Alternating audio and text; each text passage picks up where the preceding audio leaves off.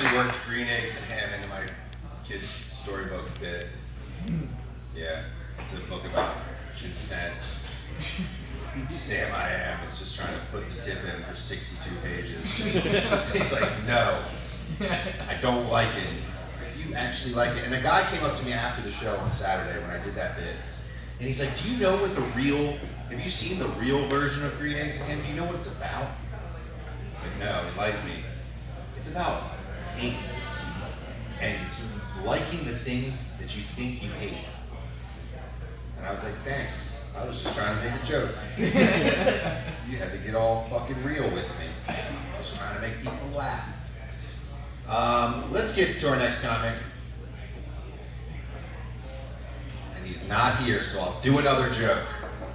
I realized today that I was more of I knew I was a dog person, but I had a real visceral situation that showed me I was a dog person. I was driving down the road back from this little farm with my fiance today, and we saw this animal that was hit in the middle of the road. It's very sad, of course.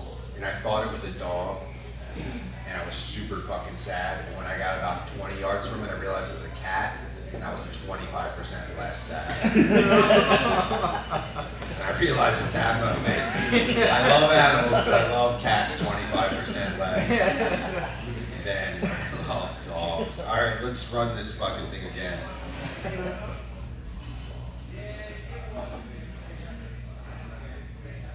Fucking not here either. Can I just go? Chris Biggs! Woo! Let's go, Chris! Hello, folks. My name is Chris Biggs, and I have no patience. Now, I have been with my wife for over 20 years. We have 4 kids together. Thank you. Yeah. I'm going to actually, I had a set prepared, but I'm going to do a little riffing right now, because Nick was talking about how old people are not on Instagram. After the election, my mother signed up for Instagram. And at first I was like, oh, you wanted to see all my comedy videos. No, she thought she was signing up for X, for Twitter. She was trying to support Elon, since he helped her guy out. And I was like, oh, that's not Twitter, but she didn't care. She spent her whole time watching, what is it, the Black Rose? What is this APT song? I don't know, does anybody know this? The K-pop stuff. Yeah. She watches K-pop videos. She's learned all the K-pop dances. Her and my dad now do K-pop dances all the time. That's their exercise. And so I don't know about the country, but I mean, Elon has made Christmas great again. It is fun to watch. I left my notes over there. I think who was talking about not liking words being mispronounced? Woo, James Finn. James Finn. I have a struggle where I don't pronounce the word February. I throw an R in February. There's an R in there, but you're not supposed to pronounce it, which is just another reason that February is Black History Month. That's a good joke. Come on. That is a deep one. You gotta think about it, but it works.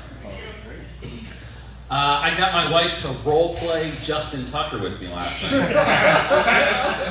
She called it an illegal procedure, but after we reviewed the play, the evidence on the field showed I still scored. And now Steve Smith got in trouble for getting with a woman from the marching band, which I think is so wild, because I just didn't have that in my order of operations. I thought it went, please excuse my dear aunt cheerleader. I didn't realize the M stood for marching band. And if you saw the photos that the woman's husband posted of Steve Smith smiling, I all think we know what instrument she plays, right?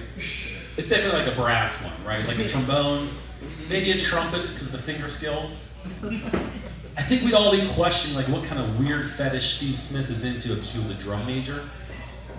No? Man, I love that one. Okay.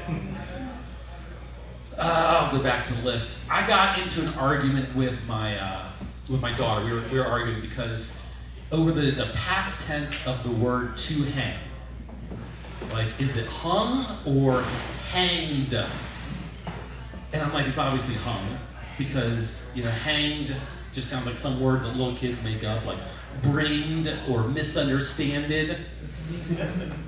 Turns out, if you are talking about a person, it is hanged. And if you're talking about an object, it is hung.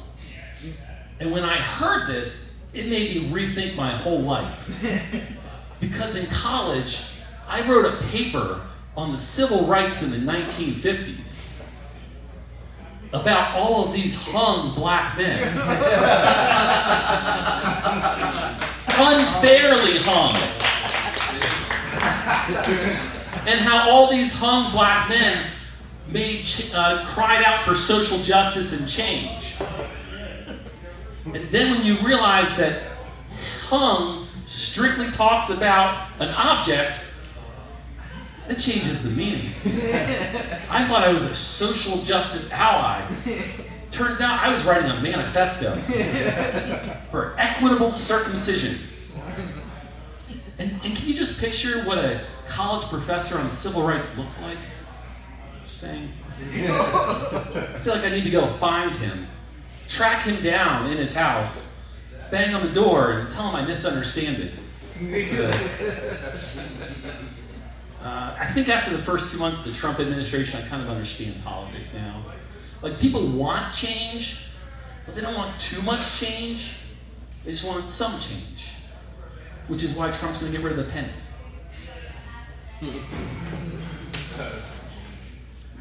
Okay, I'm going to need your help with this one. Let's see how this goes. This is going to be rough. Today is my nephew's 18th birthday. You don't have to clap, he's not here. Like, that's just the setup for the joke. Like, it's like if I were to say, today's Rihanna's birthday. I mean, okay, the joke didn't work. Never mind, I'll move on. You're not supposed to clap, then I was going to call you all racist. That was the whole joke I was setting up for. Yeah. For this next joke, I feel like I need to explain what the word ambidextrous means. It's for people that can use both hands equally. They don't have a dominant hand. I think I need to explain it because, like, statistically, I performed here before. Statistically, I don't think a lot of you might not know what that means. I also maybe need to explain statistics to you based on how Dave's looking at me. Who the fuck doesn't know what ambidextrous is? Yeah. So anyway, I know Doesn't know what that means. it's complicated. So let's just laugh along with the punchline when we get there, okay? How do ambidextrous people not get Cheeto dust everywhere? Just curious. My wife had an outpatient procedure a few months ago. Not a big deal. Wasn't stressed out about it till we walked in, and the receptionist asked if she has a living will in case anything happens. And my head started spinning around the waiting room, looking to see if I could find a suitable replacement. Because, like, that's my plan for if something happens. I have 4 kids. Can you look 4 kids in the eyes and tell them that their mother didn't make it? Is the first question I'm going to ask this woman. Because I need somebody strong without emotions, just like my current wife. Like, I figure I will, my next question has to be like, what are their odds of making it? Because I don't want to waste my time. I can just have, like, interviews right there in the lobby, the waiting room. Like, hey, what is your opinion on discipline? Because I've got one kid that really needs it. And as we're going through, I can just imagine, like, the nurse coming out. Samantha Johnson, it's your turn. She's busy right now. We're in the middle of an evaluation. Oh, are you a doctor here? It's like, I'm a doctor of love. But at this point, I will just take tolerate. I'll go back to afterwards, my wife will be fine, and it's just sort of, she's like, how was the waiting room? It's like, it was competitive. When we're leaving, don't make eye contact with Julie. She's like, who's Julie? Somebody that got a contingent job offer and it just didn't work out. Yeah. Okay, my name is Chris Biggs. Thank you very much.